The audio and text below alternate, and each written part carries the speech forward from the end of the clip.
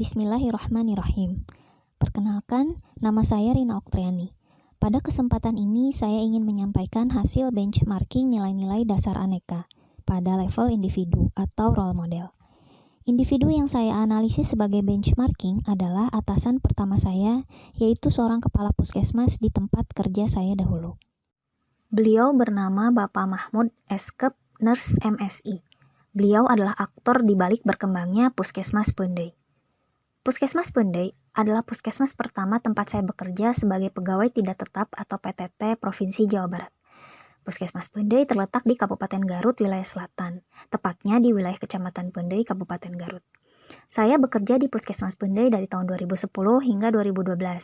Pada saat itu, Puskesmas Peundeuy masih merupakan puskesmas kecil di sebuah kecamatan terpencil dengan segala keterbatasan infrastruktur dan tenaga kesehatannya. Tapi kemudian, sedikit demi sedikit, meski tidak secara langsung, saya menyaksikan perkembangan Puskesmas Peundeuy di tangan dingin seorang Pak Mahmud. Pada tahun 2018, ketika Pak Mahmud masih menjadi kepala Puskesmas Peundeuy, Puskesmas Peundeuy mendapatkan juara kedua lomba FKTP tingkat nasional untuk kategori Puskesmas kawasan terpencil dan sangat terpencil. Sebelumnya, pada tahun 2017, Puskesmas Peundeuy mendapatkan juara kedua lomba FKTP berprestasi kategori Puskesmas terpencil tingkat Provinsi Jawa Barat.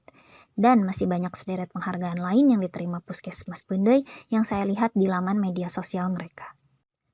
Alasan utama saya memilih Pak Mahmud sebagai benchmarking adalah karena dari beliaulah pandangan saya berubah tentang PNS.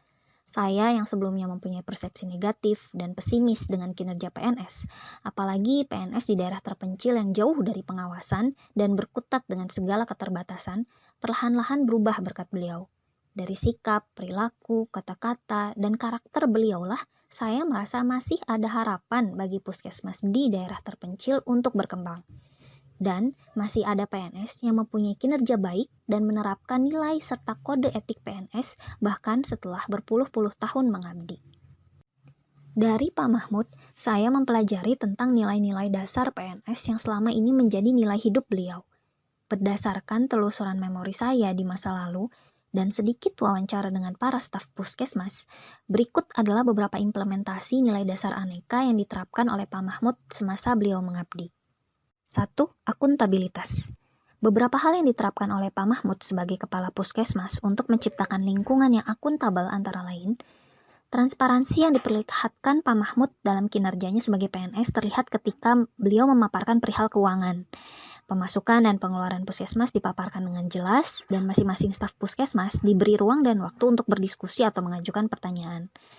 Pak Mahmud juga menerapkan lead by example. Misalnya, memberikan pelayanan yang prima kepada masyarakat dimulai dengan senyum, salam, sapa, sopan, dan santun. Kemudian keadilan dan kepercayaan selalu dijunjung oleh beliau.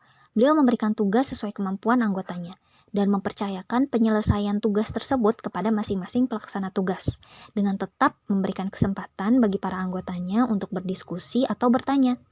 Serius tapi santai adalah salah satu slogan beliau yang selalu saya ingat. 2. Nasionalisme. Salah satu hal yang paling saya ingat tentang Pak Mahmud adalah rasa cintanya terhadap tanah kelahiran. Bisa saja beliau memilih untuk mengabdi di daerah perkotaan, tapi beliau memilih untuk mengabdi di daerah terpencil yang merupakan daerah asalnya sendiri. Dari beberapa kali dialog kami, saya bisa menarik kesimpulan bahwa salah satu agenda beliau adalah ingin mengembangkan puskesmas terpencil ini menjadi puskesmas berprestasi, sehingga daerah lain akan mengenal Kecamatan Peundeuy. Karena menurut beliau, salah satu upaya membangun bangsa dimulai dengan membangun desa. Lalu, sikap dan perilaku lainnya yang mencerminkan nasionalisme adalah sikap menghargai dan menghormati orang lain. Hal ini diperlihatkan ketika beliau menegur atau menyampaikan hal penting kepada salah seorang stafnya. Beliau tidak langsung menegur di depan orang banyak, tapi dengan senyum beliau memanggil anggotanya tersebut ke dalam ruangannya untuk berdiskusi. Kemudian, musyawarah serta diskusi adalah hal yang rutin dilakukan ketika saya bekerja di masa kepemimpinan beliau. Contohnya musyawarah dengan para staf puskesmas pada acara lokakarya bulanan intern atau lokbul, dan musyawarah lintas sektoral pada acara lokakarya mini atau lokmin. Selain itu, beliau selalu mengajak berdiskusi dengan para stafnya.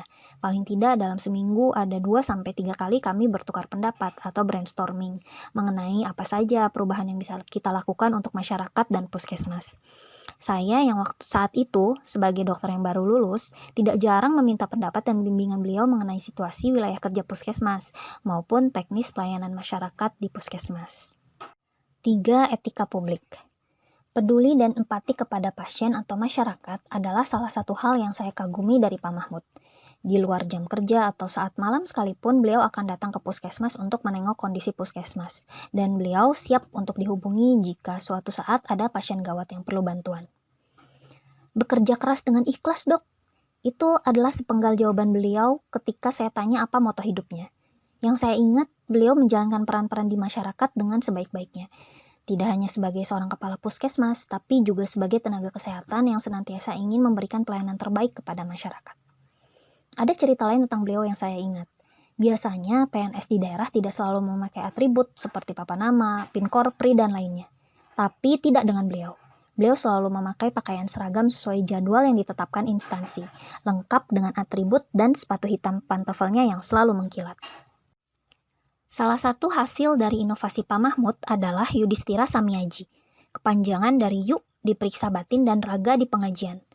Pemikiran kreatif beliau muncul dari kepiawaian melihat peluang di tengah masyarakatnya.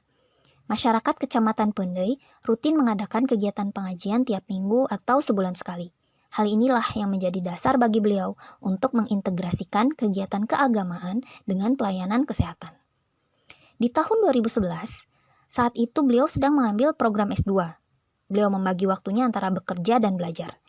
Di tengah-tengah kesibukan aktivitasnya, beliau selalu memotivasi para stafnya untuk menuntut ilmu dan bersekolah lagi. Dari beliaulah saya bertekad untuk selalu belajar dan menjadi pembelajar seumur hidup. Yang kelima, anti korupsi. Ada sepenggal kalimat yang sampai sekarang masih terngiang-ngiang jika saya mendengar nama beliau.